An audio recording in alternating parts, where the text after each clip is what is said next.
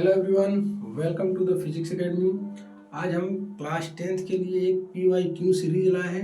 जो बोर्ड जो है क्वेश्चन पेपर को 3 पार्ट में डिवाइड कर दिया जाए। फिजिक्स, केमिस्ट्री और बायो साइंस का पेपर है। साइंस के पेपर में हम फिजिक्स पार्ट कवर कर रहे हैं पहले, और फिजिक्स में 25 मार्क्स का क्वेश्चन आने वाला है, 25 मार्क्स का, और उसको C सेक्शन में डिवाइड किया है। A B C, A जो है बायोलॉजी पार्ट है, B जो है केमिस्ट्री है, और C जो है फिजिक्स है। तो फिजिक्स में जो 10 क्वेश्चन आपको मिलेंगे, 10 क्वेश्चन मिलेंगे। 10 क्वेश्चन जो होगा आपको 25 नंबर का होगा। जो 25 नंबर आप कैसे इजीली गेन कर ले, ये आपको हम बताएंगे। और पर डे कोशिश रहेगी हमारी कि पर डे एक लेक्चर अपलोड करें जिसमें 10 क्वेश्चन आपको फिजिक्स के मिले डेली। और 10 क्वेश्चन वही मैं दूंगा जो 10 क्वेश्चन पढ़ लिया 100% कन्फर्म है कि वो 25 नंबर गेन करेगा फिजिक्स में। 25 नंबर आना उसका तय है फिजिक्स में। समझ में आ रहा है? तो आज हमारा पहला लेक्चर है PYQ सीरीज का, जो आपको हम देने जा रहे हैं। ठीक है, देखिए, तो ये हमारा पहला क्वेश्चन है। पहला क्वेश्चन असर्शन का है कि 2 register 6 ohm and 12 ohm are connected in parallel. This combination has equivalent resistance of less than 6. बोला है कि क्या अगर इनको पैरेलल में हम ऐड करेंगे तो इनका कॉम्बिनेशन 6 या 6 से कम आएगा। तो हम रीजन देखेंगे। फॉर 2 रजिस्टर पैरेलल में जब ऐड कर रहा है तो उसकी वैल्यू कितनी आ रही है, 4 ohm आ रही है। तो क्या इसका रीजन करेक्ट है या नहीं? ठीक है, तो हम लोग लिखेंगे 1 अपॉन, लिखेंगे फार्मूला जो है 1 अपॉन में R equivalent is equal to, equivalent को क्यों लिखेंगे 1 अपॉन में R1 प्लस 1 अपॉन में R2, 1 अपॉन में आर इक्विवेलेंट 1 अपॉन में 6 प्लस 1 अपॉन में 12। दोनों का एलसीएम हमें पता है सभी लोग को। एक 12 का 6 और 12 बड़े वाले को एलसीएम ले लिया अगर डिविजिबल है तो 6 से डिवाइड किए 2, 12 से 1, 3 अपॉन 4, 3 अपॉन 12 कितना लिखेंगे 3 अपॉन में 12, 3 1 जा 3, 3 4 जा 12, 1/4। ये किसकी वैल्यू आई है 1 अपॉन में आर इक्विवेलेंट। तो आर इक्विवेलेंट की वैल्यू आएगी 4 ओम।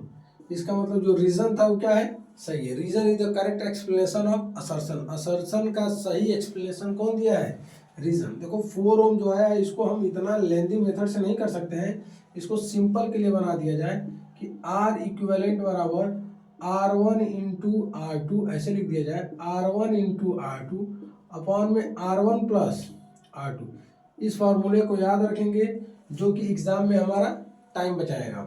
तो R इक्विवेलेंट बराबर हम लिखेंगे R1 की वैल्यू 6 इंटू 12, 6 प्लस 12, तो R इक्विवेलेंट की वैल्यू आएगी 72 अपॉन में 18। फिर डिवाइड कर लेंगे, कितना आएगा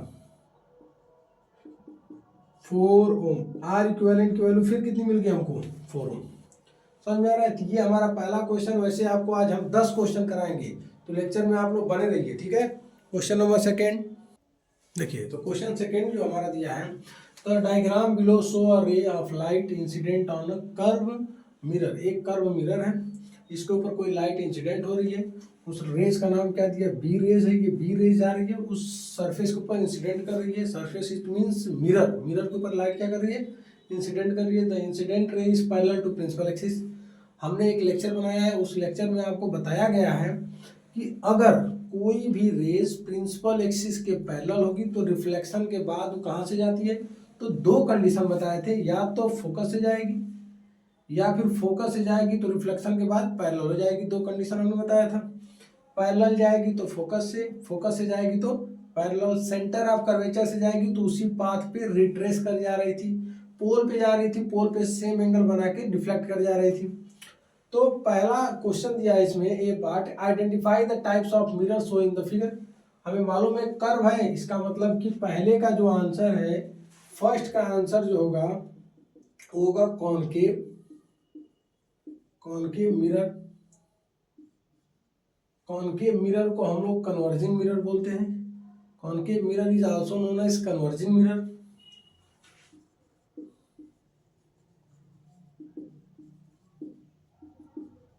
कॉनकेव मिरर को क्या नाम देंगे, कन्वर्जिंग मिरर। और बी का जो आंसर होगा बोल रहा है कि पैरेलल जाएगा तो कहाँ से आएगा, देखते हैं। यहाँ पे देखिए अगर ये पोल हुआ तो यहाँ पे क्या होगा, फोकस होगा, इसको क्या बोलेंगे, सेंटर बोलेंगे। यहाँ से इस दूरी को रेडियस ऑफ कर्वेचर आर बोलते हैं, यहाँ से इस दूरी को फोकल लेंथ बोलते हैं, फोकल लेंथ। फोकल लेंथ तो कोई भी रेज अगर पैरेलल जाएगी तो आफ्टर रिफ्लेक्शन कहाँ से आती है, फोकस से। रिफ्लेक्शन के बाद वो कहाँ से जाएगी, फोकस से। रिफ्लेक्शन के बाद वो कहाँ से जाएगी, फोकस से। इस पॉइंट पे लॉ ऑफ रिफ्लेक्शन फॉलो होता है, इस पॉइंट पे क्या फॉलो होगा, लॉ ऑफ रिफ्लेक्शन। ये जो पॉइंट है इस पॉइंट पे क्या होगा, लॉ ऑफ रिफ्लेक्शन। इसका मतलब ये एंगल आई होगा और ये एंगल आर होगा। एंगल आई एंगल आर के बराबर होगा। इसको फोकल लेंथ बोलते हैं, इसको radius of curvature, radius of curvature, और इस सी को नाम देते हैं सेंटर ऑफ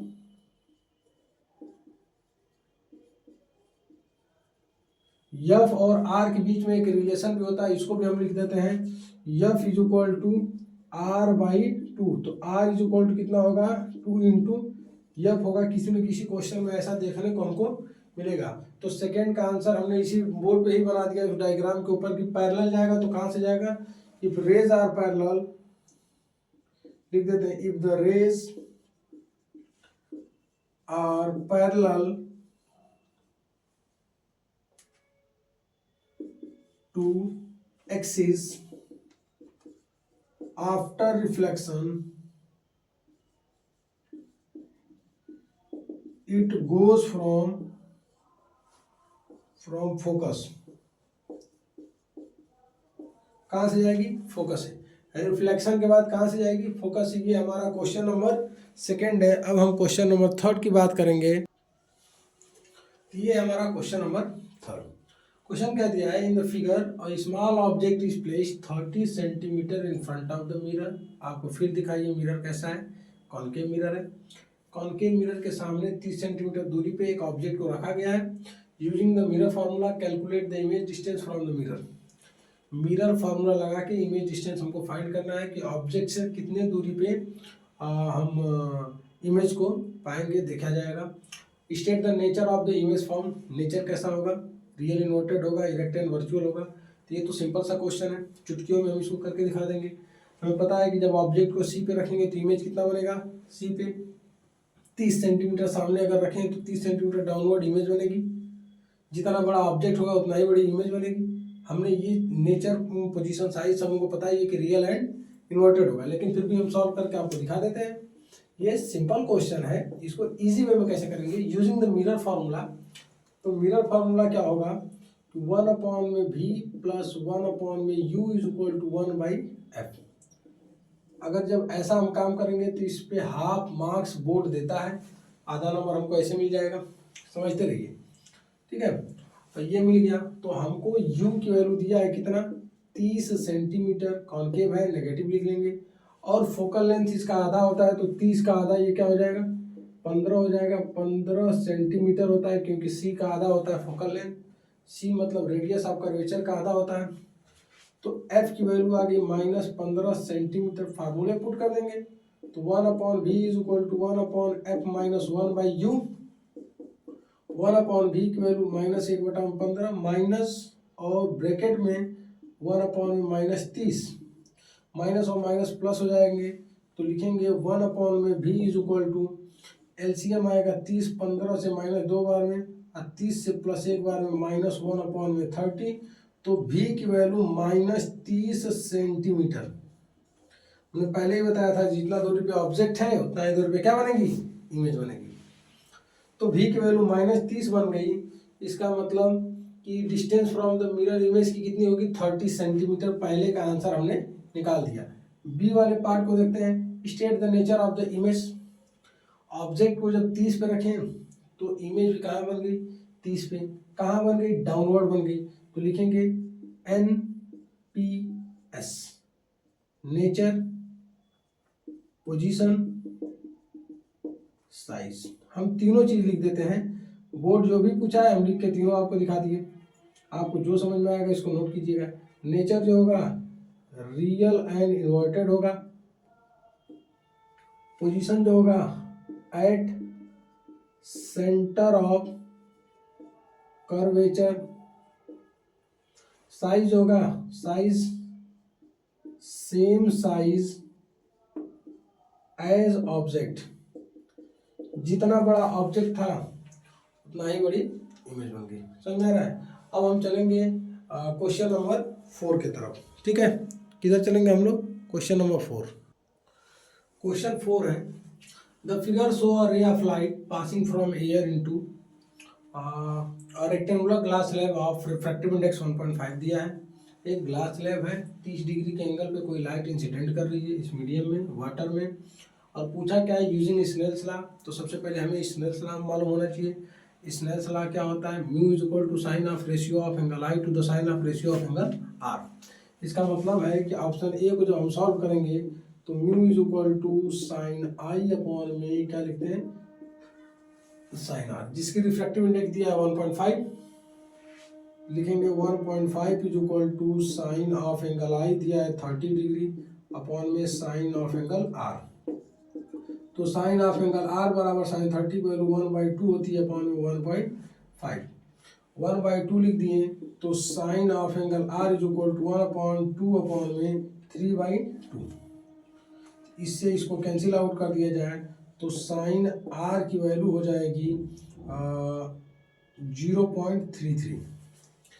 तो एंगल आर की वैल्यू हो जाएगी लगभग 19 डिग्री के आसपास। एंगल ऑफ रिफ्रैक्शन होगा वो कहाँ होगा? ऐसे जब लाइट बेंड करेगी टुवर्ड द नॉर्मल के तरफ तो ये होगा एंगल आर, और एंगल आर की वैल्यू होगी लगभग 19 डिग्री, और एंगल 30 की वैल्यू क्या होगी? सॉरी, एंगल आई की वैल्यू क्या होगी? 30 डिग्री। तो पहला आंसर को हम ऐसे सॉल्व करेंगे जो ए पार्ट है। बी वाले पार्ट को हम देखते हैं, बी वाले पार्ट को कैसे सॉल्व किया जाएगा। State the relation between speed of light in slab, वही glass slab, and air. Air और ग्लास स्लैब के बीच में रिलेशन पता करना है। तो पढ़े हैं mu is equal to C upon V, ये फार्मूला पढ़े हैं। सी का मतलब होता है speed of light, speed of light in vacuum upon speed of light in medium. Speed of light in vacuum upon speed of light in medium, तो इसकी value 1.5 है, और सी और वी के बीच में रिलेशन पता करना है। 1.5 को 3/2 पता करना है, लिख देंगे 3/2 is equal to C upon में वी, तो V is equal to 2c upon में 3। ये रिलेशन आएगा किसका? स्पीड ऑफ लाइट और ग्लास स्लैब का। ये ग्लास स्लैब हो गया, ये लाइट की स्पीड के बीच में 2/3c, ये हमको रिलेशन मिलेगा। तो हम चलते हैं नेक्स्ट क्वेश्चन की तरफ। चलिए, तो क्वेश्चन नंबर 5 है हमारा। ठीक है, तो ये क्वेश्चन था so that human I with a defect. इस आई में क्या डिफेक्ट है? बोला है कि पहला question identify the defect show in the figure. इस फिगर में क्या आपको डिफेक्ट लग रहा है? तो इस फिगर में हमको लग रहा है कि इमेज पहले बन रही है। जैसे मान लेते हैं कि हम चश्मा यूज़ करते हैं, अगर हमें कुछ दूरी तक अगर दिखाई नहीं दे रहा है, जैसे चश्मा निकाल दिए हम, दूर तक अगर दिखाई नहीं दे पा रहा है, इसका मतलब कि हमारी इमेज क्या बन पा रही है कि हमको, इसका मतलब हमको दूर की चीज़ें दिखाई नहीं देगी, नज़दीक की चीज़ें दिखाई दे रही हैं। तो ऐसे डिफेक्ट को नाम क्या देंगे? उस कंडीशन में हमारी आई की कंडीशन क्या होती है? ये कंडीशन हो जाती है, तो उस डिफेक्ट को हम नाम देते हैं मायोपिया। क्या नाम देते हैं? Myopic eye. इसका नाम क्या दे देंगे? मायोपिया। पहले का आंसर हो जाएगा मायोपिया या फिर मायोपिक आई बोल दिया जाएगा इस कंडीशन के लिए। बी वाले क्वेश्चन का स्टेटमेंट देखा जाए कि state the type of lens use to correct the defect. अगर इसमें कौन सा लेंस हम यूज करेंगे कि इस डिफेक्ट को सही कर सकते हैं, तो हम क्या करेंगे कि इसके आगे एक कॉनकेव लेंस यूज कर लेंगे। क्या कर लेंगे? Concave lens. क्या यूज कर लेंगे? Concave lens. Concave lens used to correct this defect. Concave lens use करेंगे इस डिफेक्ट को सही करने के लिए। कौन सा लेंस यूज करना है हमको? कॉनकेव लेंस यूज करना है। अब सी वाले पार्ट पे आते हैं। अ पर्सन है this defect can not be seen object beyond 80 centimetre के पीछे नहीं देख पा रहा है। मतलब कोई आदमी है जो कर रहा है कि 80 सेंटीमीटर से ज़्यादा देख नहीं पा रहा है, तो उसको कौन सा लेंस लगेगा? उसकी पावर क्या होगी? तो हम पावर के लिए फार्मूला पढ़े P इज इक्वल टू 1 में फोकल लेंथ, ये हम पढ़े हैं, जो कि फोकल लेंथ हमेशा क्या होता है, मीटर में होता है। जब फोकल लेंथ मीटर में होगा तो पावर की यूनिट जो आएगी, P की जो यूनिट होगी डायोप्टर में होती है। पावर की यूनिट किस में होती है, डायोप्टर में। P is equal to 1/F। तो जब ये सेंटीमीटर में दिया है तो इसको 100 कर लेंगे, 100 अपॉन में क्या कर लेंगे 80, 0 से 0 कैंसिल आउट, तो ये कितना आएगा 1.25। और ये देखो लेंस कैसा है, कॉनकेव, फोकल लेंथ नेगेटिव, तो यहाँ पे साइन माइनस लगा देंगे, तो पावर जो होगा -1.25 सेंटीमीटर का, अगर सॉरी डायोप्टर का अगर हम लेंस यूज करेंगे तो 80 सेंटीमीटर से ज़्यादा हम देख पाएंगे। समझ में आ रहा है? तो इसको नोट करिए आप लोग, और हम चलेंगे नेक्स्ट क्वेश्चन के तरफ। ठीक है, देखिए इस क्वेश्चन में हमने 2 क्वेश्चन लिखा है, क्वेश्चन 6 और क्वेश्चन 7, क्योंकि क्वेश्चन लिखने में हमको थोड़ा टाइम लग जा रहा है। तो इस क्वेश्चन में हमने पहले ही इस बोर्ड पे हमने 2 क्वेश्चन नोट कर लिया है, दोनों क्वेश्चन को यहाँ पे हम सॉल्व करके आपको बताएंगे। तो पहला क्वेश्चन है जो क्वेश्चन नंबर 6 है, determine the following quantity of the circuit so below. ये हमारा सर्किट है, इसमें ये 3 ऑप्शन दिए, तीनों को हमको सॉल्व करना है। 3 नंबर का क्वेश्चन है, और 3 नंबर का क्वेश्चन दिखा आपको चुटकियों में करके हम दिखाएंगे कि the equivalent resistance. Equivalent resistance हमें देखिए, ये करंट अगर सेम जाएगा, यहाँ से अगर करंट कोई निकला I, ये वापस चला गया I, और सब में करंट कौन सा गया I, करंट वापस चला गया। तो अगर सर्किट में करंट सेम होता है तो रेजिस्टेंस सीरीज में हो जाते हैं, सर्किट में करंट डिवाइड होता है तो रेजिस्टेंस पैरेलल में हो जाते हैं। तो इसके लिए हम फार्मूला लगाएंगे, इसी के सामने हम सॉल्व कर देते हैं।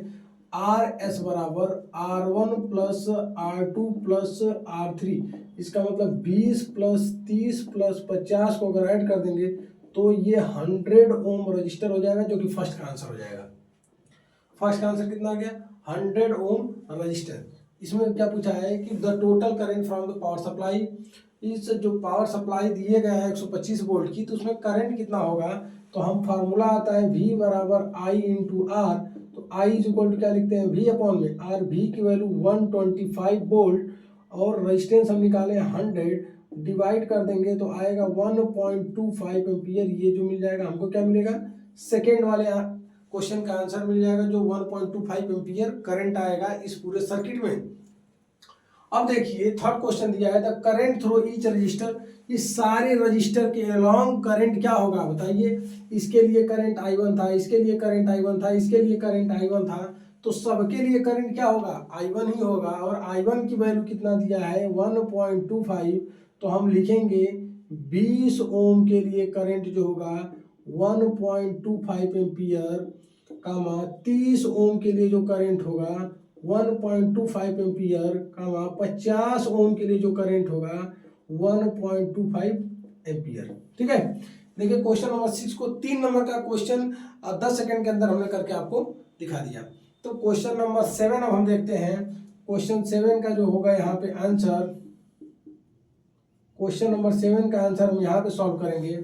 देखिए दिया है the figure show a current carrying circular, एक सर्कुलर लूप बताया है, और बोला है कि इसमें पूछा कि identify the magnetic polarity at the centre of the loop when view from the top.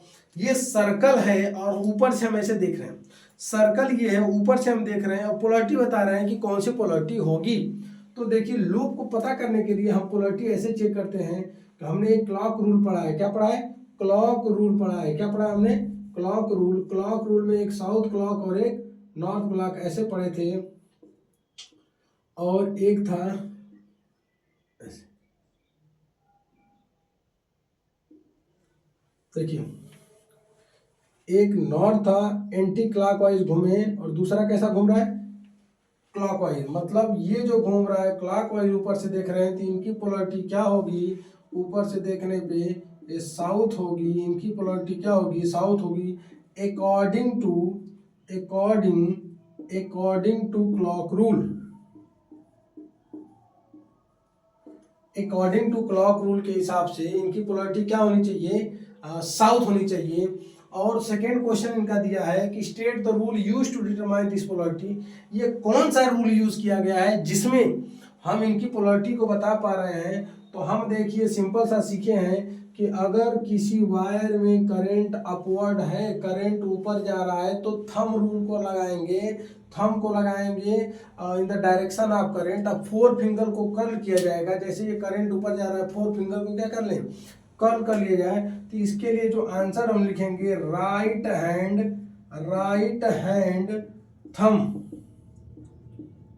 Thumb rule, क्या लिखेंगे, राइट हैंड थंब रूल लगाया जाएगा, RST लगाया जाएगा, राइट हैंड थंब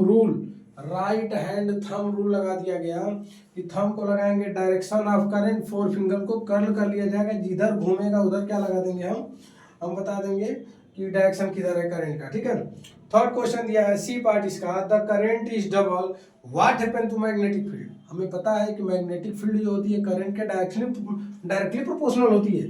तो मैग्नेटिक फील्ड का सिंबल बी होता है, डायरेक्टली प्रोपोर्शनल टू करंट। इसका मतलब कि अगर मैग्नेटिक फील्ड को डबल कर दिया जाए, करंट को डबल कर दिया जाए, तो B is directly proportional to 2I। अगर करंट को डबल कर दें तो मैग्नेटिक फील्ड भी क्या होगा, 2B' के बराबर हो जाएगा। इसका मतलब मैग्नेटिक फील्ड भी क्या होगी, डबल होगी, मैग्नेटिक फील्ड क्या होगी, डबल होगी। तो ये क्वेश्चन नंबर हमारा 7 हुआ।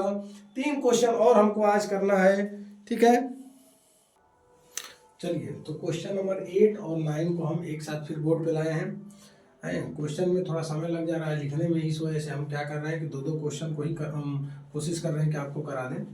तो पहला क्वेश्चन है, जो क्वेश्चन नंबर 8 है, एन ऑब्जेक्ट 10 सेंटीमीटर साइज है और 100 सेंटीमीटर कॉन्केव मिरर के सामने रख दिया गया है। If its image form same point, बोल रहा है कि सेम पॉइंट पे ही फॉर्म होगा। इसका मतलब कि इस ऑब्जेक्ट को हम सी पे रखे थे, सी पे ही फॉर्म होगा।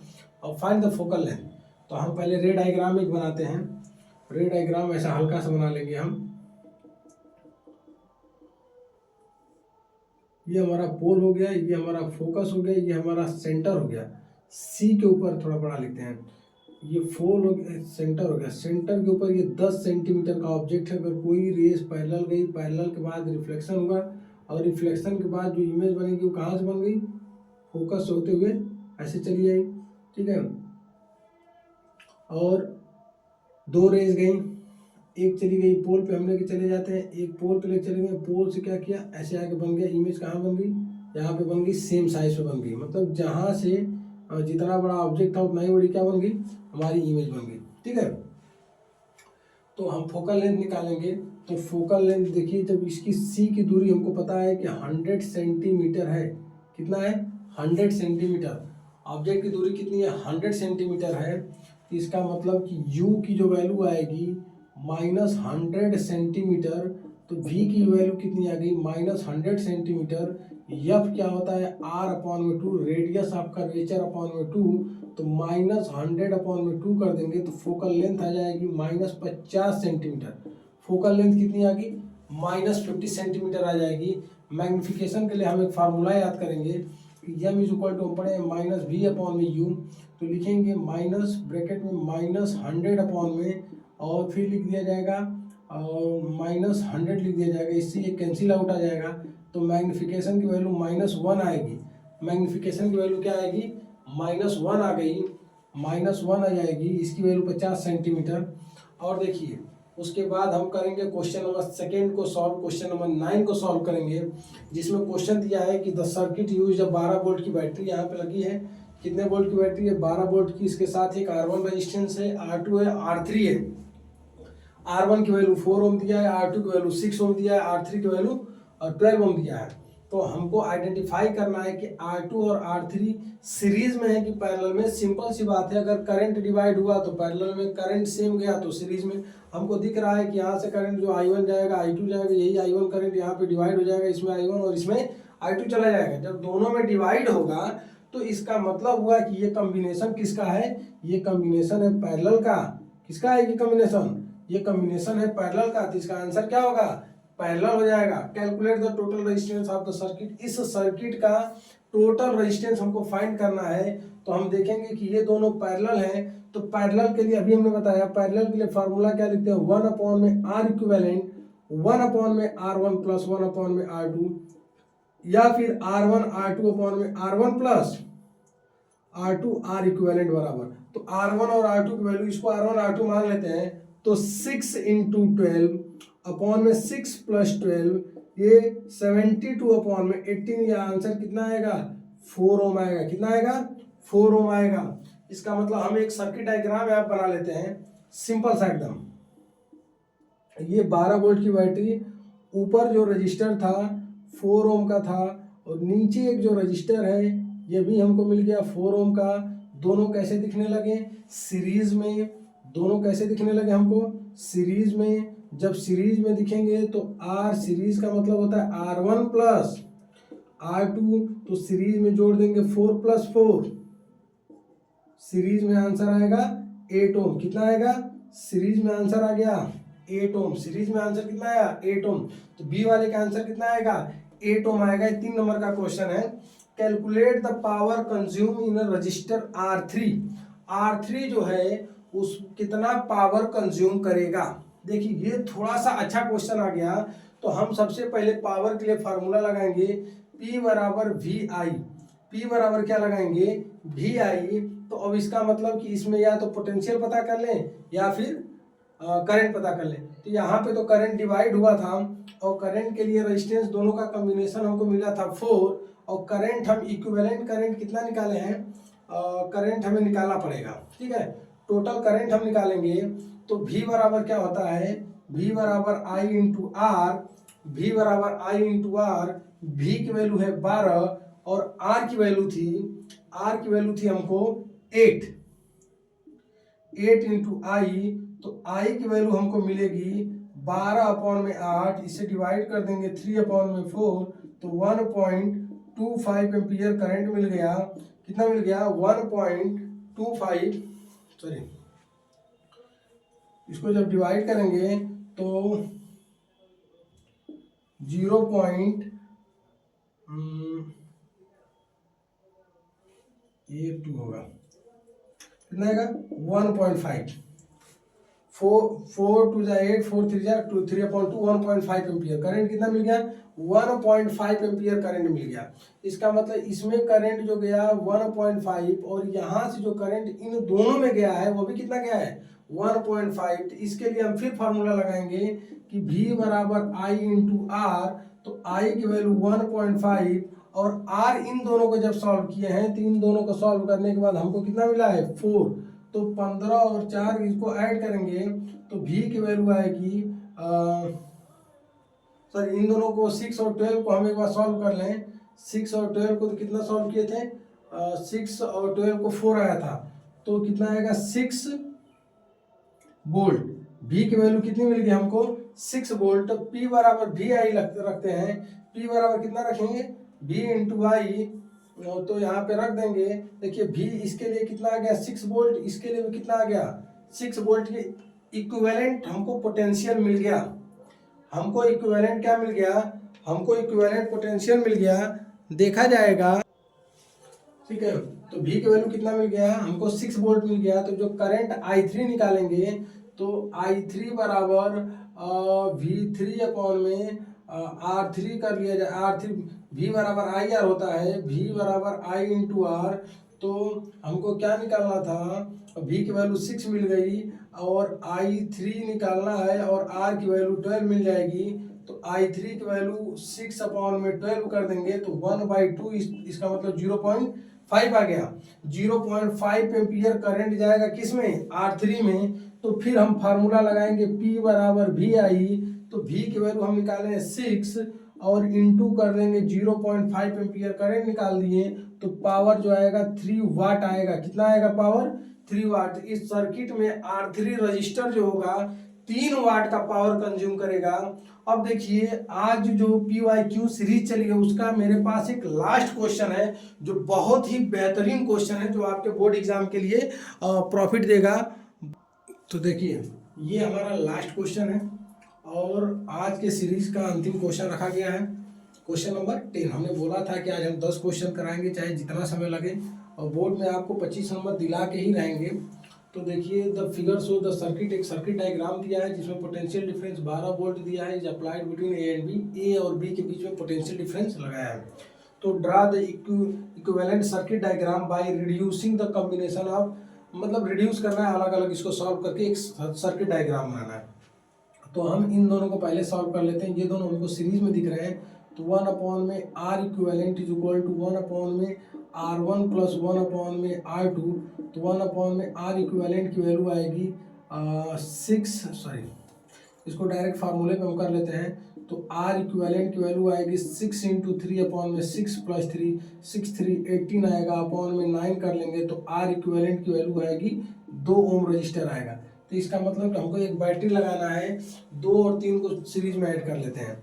तो यहाँ से ए और बी के बीच में एक हमको बैटरी लगा के रखा है, ऐसे 12 वोल्ट की बैटरी बोला है कि 12 वोल्ट की बैटरी। तो एक बार मैक्सिमम और एक बार मिनिमम के लिए हमने रजिस्टर बना दिया, ये 3 ओम है और ये 2 ओम है। तो एक बार जो रजिस्टर आया है कितने ओम के लिए हम लगा सकते हैं, एक बार रजिस्टर हम 5 ओम के लिए ऐसे बैटरी हम डायरेक्ट लगा सकते हैं, एक बार 3 और 2 के लिए लगा सकते हैं, और एक बार हमने क्या किया कि यहीं पे हमने एक बैटरी लगा के ऐसे ऐड कर लिया। तो 2 पॉइंट मिल गई, ये 12 वोल्ट की, ये पहले का आंसर मिल गया। ऐसे अलग अलग स्टेप में हमको सॉल्व करके दिखाना था, सिर्फ डायग्राम बनाना है। क्वेश्चन बी जो है, calculate the total resistance of the circuit. इस सर्किट का टोटल रेजिस्टेंस हमको निकालना है। तो देखिए टोटल रेजिस्टेंस कितना आएगा, दोनों को जब ऐड कर देंगे तो ये दोनों, हमने सर्किट को पहले ही सॉल्व कर दिया है, तो इसको मान लेते हैं R1, इसको मान लेते हैं R2। R2 में क्या था, इन दोनों को R2 और R3 को ऐड कर दिए थे हम। R इक्विवेलेंट इसको मान लेते हैं R1 प्लस R इक्विवेलेंट। तो R इक्विवेलेंट की वैल्यू R1 प्लस RE की ऐड कर दिया जाए तो 3 प्लस 2 बराबर कितना आएगा, 5 ओम रजिस्टर आएगा। कितना आएगा, 5 ओम रजिस्टर आएगा। Total resistance in the circuit कितना आएगा, 5 ओम आएगा। Find the total current drawn from the battery. अब करंट की बात करेगा तो V बराबर हम फिर आई आर लगा देंगे, V बराबर I इंटू आर। तो I की वैल्यू V अपॉन में R, तो I की वैल्यू V अपॉन में 12 अपॉन में R की वैल्यू 5, इससे डिवाइड कर देंगे 2.4 एम्पियर करंट आ जाएगा। कितना आएगा टोटल, 2.4 एम्पियर करंट आ गया। तीसरे का आंसर आ गया। Calculate the current through R2। R2 के थ्रू करंट निकालना है। अब यहीं पे समस्या आती है। समस्या क्या है, जब R2 के थ्रू करंट निकालना होगा तो हम काम क्या करेंगे, पहले इस सर्किट को सॉल्व किया जाएगा। तो इस सर्किट को हमने पहले ही सॉल्व किया है, जिसकी वैल्यू 2 ओम आई थी। तो अकॉर्डिंग टू R2 लिखेंगे, अकॉर्डिंग टू R2 की वैल्यू जब लिख दिया गया तो हम लिखेंगे V बराबर I इंटू आर। और पैरेलल में क्या होता है कि करंट डिवाइड होता है, पोटेंशियल सेम होता है। तो यहाँ पे जब पैरेलल है, करंट को डिवाइड कर दिया गया, अब पोटेंशियल क्या था, सेम था। तो यहाँ पे लिखेंगे इसके लिए करंट कितना आ गया 2.4, अब पोटेंशियल कितना था इस सर्किट के लिए, और यहाँ पे R की वैल्यू लिखेंगे 2 रख दिया जाए तो V बराबर कितना आएगा 4.8। पोटेंशियल कितना आएगा 4.8 वोल्ट के आसपास हमको मिल जाएगा इस सर्किट के लिए पोटेंशियल। ठीक है, तो हमको करंट निकालना है, तो हमको इसके लिए भी पोटेंशियल 4.8, इसके लिए पोटेंशियल 4.8 आ गया। तो हम लिखेंगे V बराबर I इंटू आर। तो किसके थ्रू करंट निकालना है, R2 के, तो R2 यहाँ पे लिख देंगे। तो I is equal to V upon में R2 is equal to V upon में I कर लेंगे। V की वैल्यू 4.8 और R2 की वैल्यू देखो कितना निकाले 6, तो इससे डिवाइड कर देंगे तो 0.8 कितना आएगा 0.8। ये करंट हमको मिल जाएगा, V बाई R कर लिया है, तो ये हमको करंट मिल गया 0.8 एम्पियर। किसके थ्रू, R2 के थ्रू करंट कितना है 0.8 एम्पियर। इसका लास्ट पार्ट दिया है कि heat produce according to R2 in 10 second. तो फार्मूला लिखेंगे H बराबर I square R into T. तो I की वैल्यू कितना हम निकाल लिए 0.8 इंटू 0.8, और R की वैल्यू हमको कितना मिला है R2 की 6 मिला है, और टाइम कितना मिल गया 10 मिल गया। तो 8 8 या 64 और इंटू 6 इंटू 10 कर लेंगे, ये 0.64 हो जाएगा। तो इसको जब मल्टीप्लाई करेंगे तो यहाँ पे लिखेंगे H बराबर 6 इंटू 6.4 जूल, इसका मल्टीप्लाई करेंगे और ये क्या होगा हमारा आंसर होगा। तो आज का लेक्चर हम यहीं ख़त्म करते हैं। और ये PYQ की पहली सीरीज है। कोशिश करेंगे कि पर डे हम 10 क्वेश्चन बोर्ड के वही क्वेश्चन कराएंगे कि जो कि आपको बोर्ड एग्जाम में मिलना तय है इस साल 2026 में। ठीक है, ओके, थैंक यू।